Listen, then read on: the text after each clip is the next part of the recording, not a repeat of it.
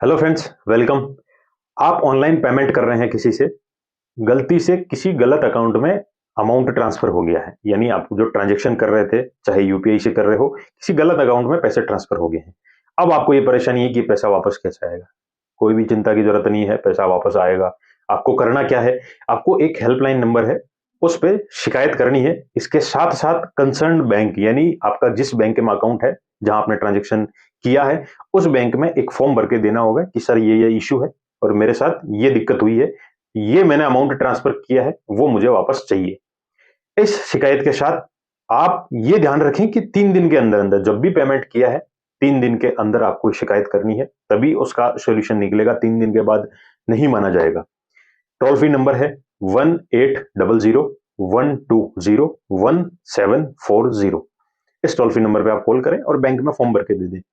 और अगर बैंक नहीं ले, बैंक मना कर दे कि हम फॉर्म नहीं लेंगे, तो आप कुछ मत करिए। सिंपली बैंक की जो ईमेल आईडी है, उस पे अपनी शिकायत डाल दीजिए। बैंक फिजिकली नहीं ले रहा, ईमेल आईडी पे डालोगे, ईमेल आईडी पे उनको मेल डिलीवर होगी, यानी उनके पास मेल पहुंच चुकी है। उसके बाद उनको एक्शन लेना ही पड़ेगा। उस जो भी मेल उनके पास पहुंची है, उसको डिस्पोज करना पड़ेगा, तो उसको सॉल्यूशन देना ही पड़ेगा।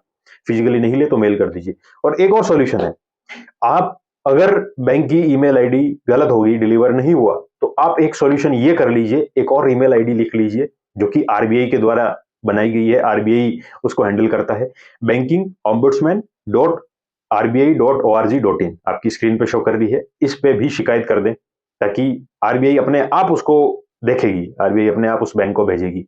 आप इन पे टोल फ्री नंबर पे बोल दीजिए, ईमेल आईडी पे शिकायत कर दीजिए, और आरबीआई की जो ईमेल आईडी है बैंकिंग ऑम्बुड्समैन की, वहां शिकायत कर दीजिए। तो आपका जो भी अमाउंट कटा है, गलत अकाउंट में गया है, वो पैसा वापस आ जाएगा।